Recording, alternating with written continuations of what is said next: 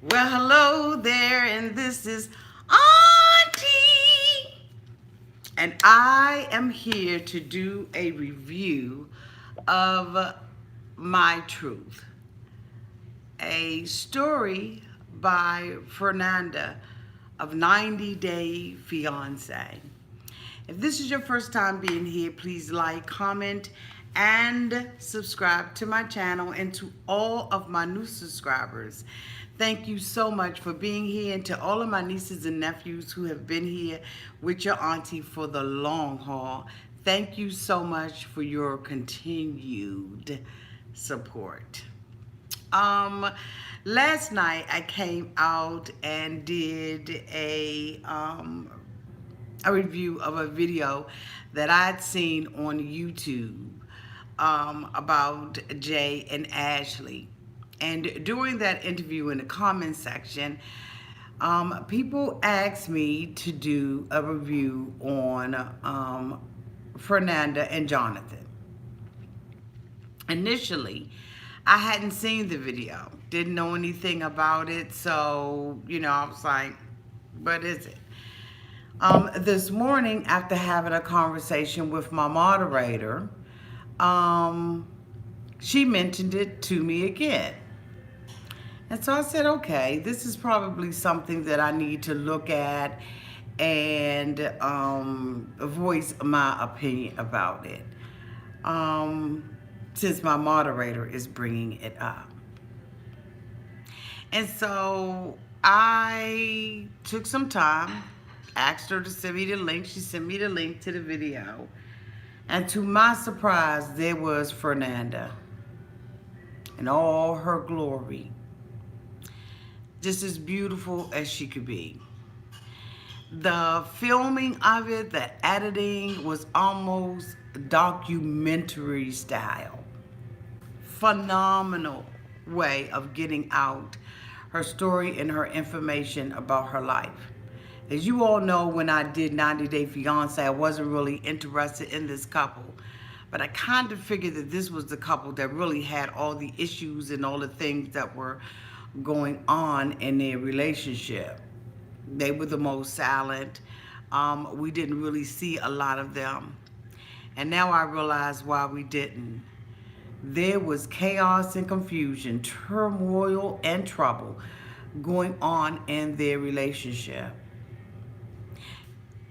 Fernanda starts her story out with a clip of Jonathan that we had seen on TLC.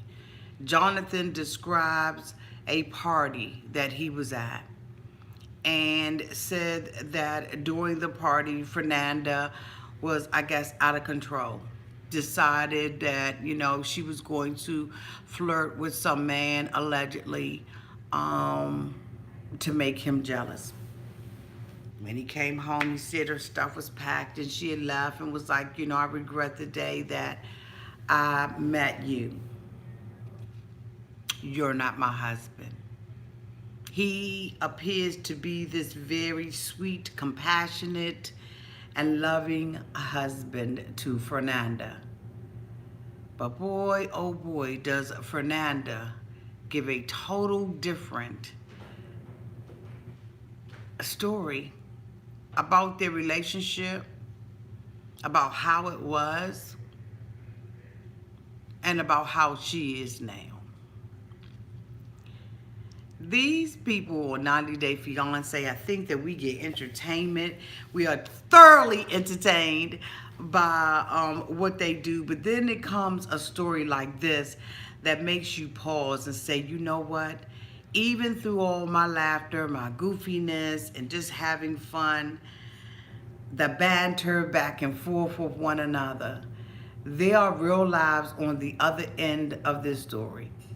And for all of those individuals who have asked me to do a review on this, here it is. So again, I say, as the documentary started, she had this clip of Jonathan giving a recount of the story. Fernanda goes in to talk about her life. She starts off by saying that she met Jonathan while she was in high school. She had just graduated from high school. She went out with her friends to celebrate, and she met this wonderful older man at the bar. Okay. That older man, she says, happened to be Jonathan. She said they had a wonderful night, and the next day they had a wonderful next date. And all was right with the world, or so it appeared to be. Fernanda says that, John would come over to Mexico and, Miko, and they would have a great time and all of that kind of stuff. And she enjoyed dating him. As we saw, Jonathan, was buying her expensive gifts like boob jobs and all of that kind of stuff, and all seemed right with the world. I recall in the very beginning of 90 Day Fiancé getting an email with pictures of their wedding before the show really even took off. I sat on it because I just was like, what is this? And so when I reached out to the person and was like, are you a friend or a family member? They disappeared. And so I believe that they just weren't prepared to talk about it. But one of the things that they mentioned was her age and how young she was when she had met him. And you know what? At the end of the day, we all have our flavors. We all know how old we want a person to be or how young a person, you know what I mean? We all have that. So, I mean, I wasn't going to judge. Who are me to judge a woman dating somebody 30 years? Now, I may make fun of you and all that kind of stuff and laugh and kiki if you show your ass up on the show. But at the end of the day, you date who you want to date. Love is love. It doesn't make a difference. Race, color, creed, religion. It just like it doesn't make a difference. Love is love. And so Fernanda goes on to talk about, how she wanted to come, to Jonathan wanted her to come to America to his mom's wedding. She said that she tried to get a flight and everything and tried to get a visa, a 2-day visa to come here, and she was denied that opportunity. She told John that she wasn't going to be able to get that done and all of that. And so, basically, she missed the wedding. So then she starts talking about other instances where John wanted her to come here, and she said her dad, lived in Chicago and he was already here. Hello, sweetie, he was already here. And so, they denied it and said you have to go through her dad. So her dad, she said, flew to Mexico and they worked out did the paperwork, and she still was denied because the father was going through a divorce. And I guess there was some money in the settlement or whatever, and they were saying, basically he could not afford to bring Fernanda here. In the meantime, Fernanda is still dating him. She's in love with him, all of that kind of stuff. So she goes all the way back to the beginning of their relationship. And then Fernanda starts talking about, these promises that John had made. She told, she said that John wanted her to come over and everything, and they were going to continue this relationship and all of that kind of stuff. And then he posed a question and said, hey, there's a television show called 90 Day Fiancé. Are you interested in doing it with me? I guess I'll provide you the good life. I'll do this, I'll do that. You know how men make all those promises. Not just men, but women too, but mostly men. Okay. And so she decides that, okay, tell me about the show. He tells her about the show, and she agrees to do the show. And so, at this point now, she, is going to get married to him because she had to come over here for 90 days, and that was the K-1 visa process. She says that he proposed to her and all that, and they got married. And so we know that story, or we know the story that we have been told. But Fernanda goes on into talking about the relationship with him and how it was difficult for her living in South Carolina, that she was basically living in a rural area of South Carolina where there was no Uber, there was no taxi cabs, like none of this stuff exists. And like, that's so hard for me to believe, being from the inner city and being from the city, but okay, I guess. And so she goes on and starts talking about those, wanting to get out and live her life and, do things, how she had been basically a kept woman sitting in the house. She had no transportation, although we had saw that Jonathan alleged that he had brought her a Jeep. And so Fernanda is sitting, basically a sitting duck and, a kept woman, and she's not satisfied with being a kept woman because at this point she just graduated from high school. She said that when she went around his friends, occasionally she could not speak English well, and she decided that she would take a class, as English as a second language. And she said that, it was difficult for her to go back and forth, to the class, and Jonathan didn't give a damn whether or not she learned English or not. Don't forget to hit that thumbs up button when you come into the room so that YouTube knows that you're here, and so do I. So the more that Fernanda continued to go on in this documentary, I really started seeing that this documentary was just basically going to go to the dark side. Anytime you have a video out there called My Truth, bitch, you about to tell some truths that ain't none of us. Talking about, like really, like you need to have your hand up and your other hand on the Bible at this point. And so she starts going on and recounting, the relationship with Jonathan and how Jonathan really didn't care about her, how he was really into the fame of it all. And she didn't realize that this is what Jonathan was into. She just was, a young girl and thinking, okay, this is my way to America. All other avenues and routes have failed, and this is my way to get here. And she just lived this miserable life. Then she started talking about, she was going to the gym and she was working out and all of that kind of stuff. And this is when she met her girlfriend, Kathy. Okay, I believe that that's her name. And then we see Kathy.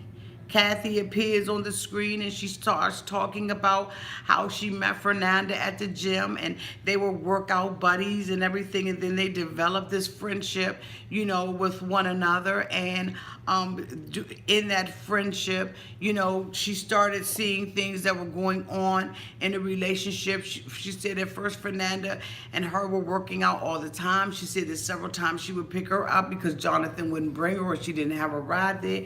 And she said then after a while, Fernanda just wasn't coming to the gym anymore.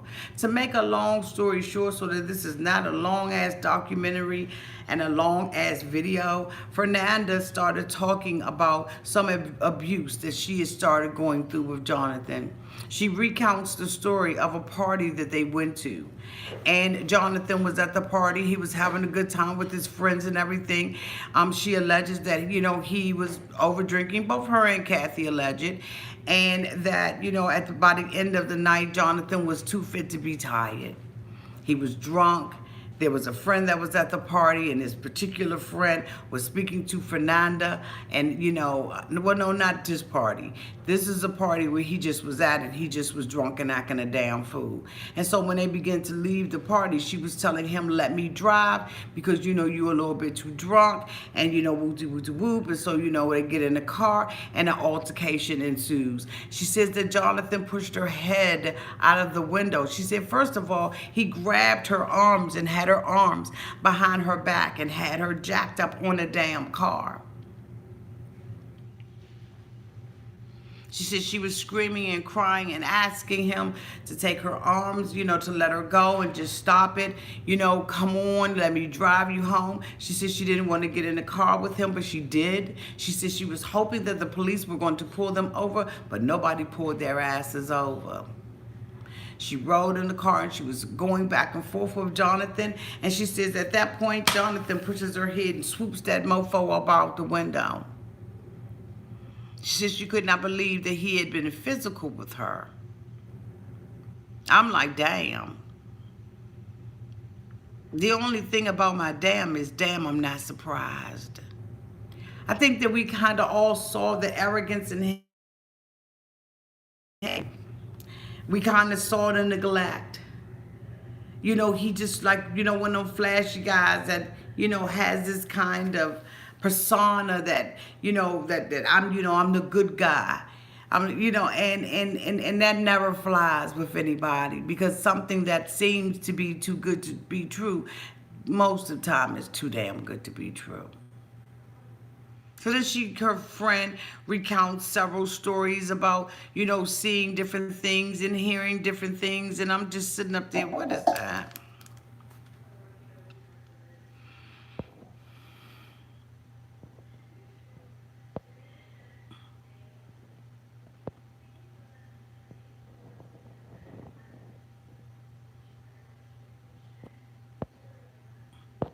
My daughter, I see that y'all mentioned something about the music, and my daughter was talking about the music too being very grim. But it was Fernanda's job to give us a particular story. See, she wanted to spin the story the way that she wanted to spin the story. She wanted us to know in no uncertain terms that she felt like she was that she was verbally, mentally, emotionally, and allegedly physically abused by Jonathan.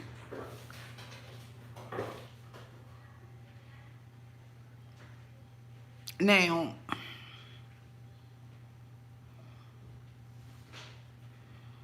I'm a little conflicted because I don't think that anything happens by chance. I think that Fernanda had a motive. She said she wanted to get her story out there. She said she stayed quiet for months, 6 months. She stayed out of the social media, and she let Jonathan talk. She talked about all the women that had cheated with him and all the phone calls that she had received. She even talked about finding a used condom in the house. She talked about a lot of things. And she also talked about her last day getting up out that camp, where they were at a party together, some kind of drinking party. Jonathan went off, they say, with some guy.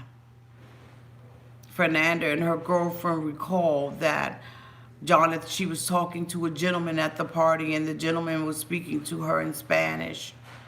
Her girlfriend said that, Fernanda was very excited about this and very happy because she hadn't been able to,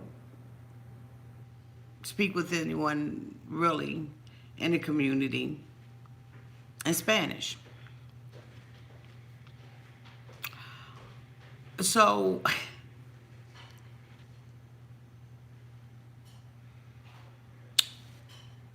she says that John went out, he came back in, and she was talking to the guy. John recalls it as she was being fresh and flirting with the guy. Fernanda recalls it as she was just talking to a guy in her native tongue. Fernanda leaves the party. She tells her girlfriend, Kathy, go outside with me. I need to holler at you about something. She starts telling the girl about the things that are going on in the relationship between the two of them. And the girlfriend is like, you know what, Fernanda, you need to leave. Fernanda calls John on the phone while he's still yet in the party and says, John, come on, it's time for us to leave. And John said, I ain't going nowhere, bitch. I'm having the time of my life, like Pedro. So she leaves. She goes home, she's boohoo crying, and Kathy goes up. She says she goes up and she looks for Jonathan, and she tells Jonathan, look, Jonathan, at this point, you know what? It's time for you to go. You need to be home with your wife. And Jonathan said, I'm not. She says there were two girls that they were all familiar with. They went to high school together, and she mentioned it to them and was telling them how he's neglectful, in his relationship with Fernanda. And she says that the girl says, that's Jonathan. Fernanda says she understood that Jonathan was an older man, but that's what attracted her to him. She said that Jonathan would blow her off and make her feel like she was less than. Here comes the emotional and the mental, abuse. She said because people on, social media were calling her a baby and all of that kind of stuff. Saying she was a little young child. If she was a young child, he picked her. If she was a baby, he nursed her. He's the one that decided that he wanted this little baby.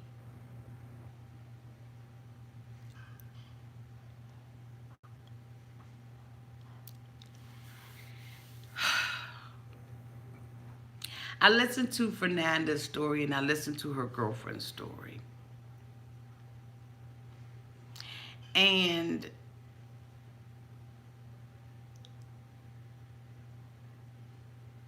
I don't know what I believe, but I do know this. Domestic violence is domestic violence. I am a survivor of that. And I know how hard it is to tell a story. I know the shame, the guilt, the embarrassment, the blame game that comes along with being public and open about it. I know that most people don't want to believe a woman who has been mentally, physically, emotionally, spiritually abused, because it's just an ugly thing to look at. It's not beautiful. It doesn't make you feel good to hear it. And if you've never been a victim, then you don't even understand it. And so as human beings, we have this, unless we see scars, the physical scars, a black eye, a bloody nose, teeth that have been knocked out of somebody's mouth, we don't believe it. There's something about us as humans that we want to think the best of people and we don't want to look at the ugly. I know I suffered in silence. I didn't tell anybody about what was going on with me but one friend. That was it. I suffered in silence because I didn't want anyone to judge me and say it didn't happen, Auntie. That didn't happen. He's not like that. So you want to see my arm broken, my leg snapped in half, in order to believe it?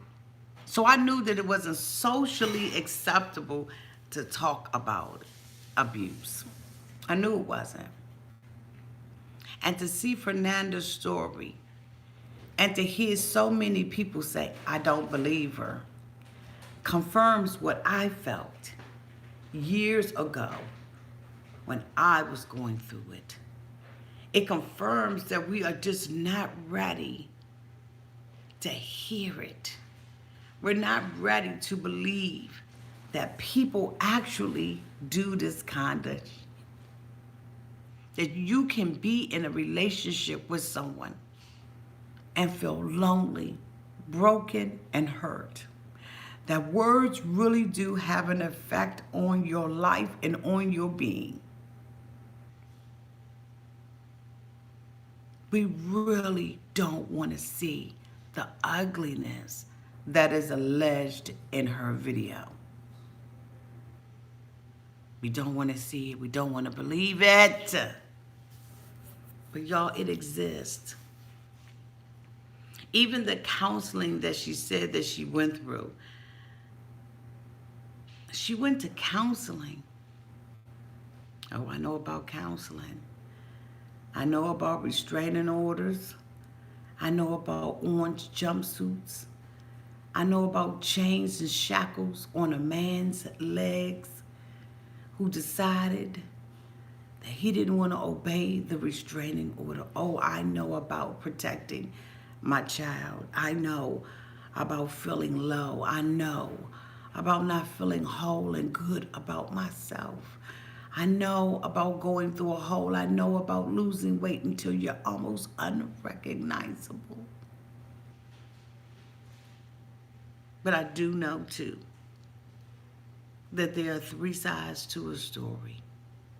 There's his truth, her truth, and the real truth. But if I had to bet my money, if I had to lay a coin on the table, I would bet that some of that is true. Could some of it be embellished? Absolutely. But when you have suffered in silence, it looks familiar. It sounds familiar. It's a sound I've heard before. It's a look I've seen it before. And I've seen it looking in my own mirror. I'm years in front of what happened to me years ago. But Fernanda, just listening to her story brought it all back again. And her girlfriend recalling certain things, you can't get it that accurate. So I say to you,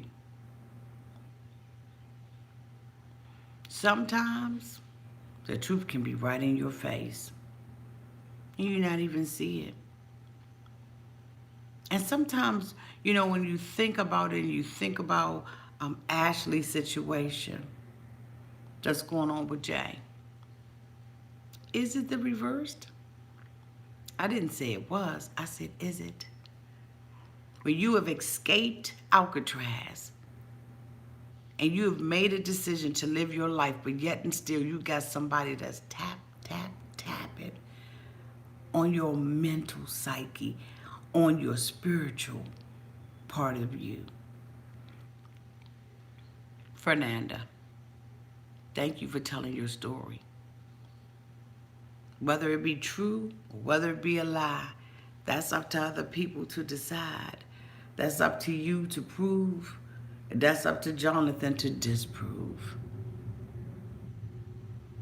That's up to him to disprove. But I say thank you for telling your story. I am hoping that there are women all over this world who will be encouraged by what you have said. I've loved that you did your Beyonce song at the end and your auntie boo-hooed. Yeah, I did. I cried. Because to see anybody, whether it be a woman or a man, to be set free after living through that or living through what she said she's lived through is a wonderful thing to see. To be free and on the other side of your bad situation or your bad circumstance is a beautiful thing. Fernanda, live your best life, whether it be here in the United States or abroad. Live your best life. Did Fernanda tell the truth? Was her story truth? No. Was Jonathan's story true? I don't know. But I tell you what, it was very compelling and very familiar. And that's where I stand on it. Thank you all so much for being here. When you get an opportunity, I'm going to try at some point today to put a link in it to Fernanda's video so that you can see it. And I'll also put down in the comments section the number to the Domestic Violence Hotline. For anybody out here who has been like me or been like Fernanda alleges. For any woman who has ever had her eye blacked, her arm broken. For any woman who has felt like less than, who has felt like she's been beat up by the world and has no way of escape. For any woman or man who's ever felt trapped, I'll put that information. There's help available to you. It really is. Thank you all so much for watching this review. I know it's grim, but it's necessary. I love you all to pieces and have a great Sunday.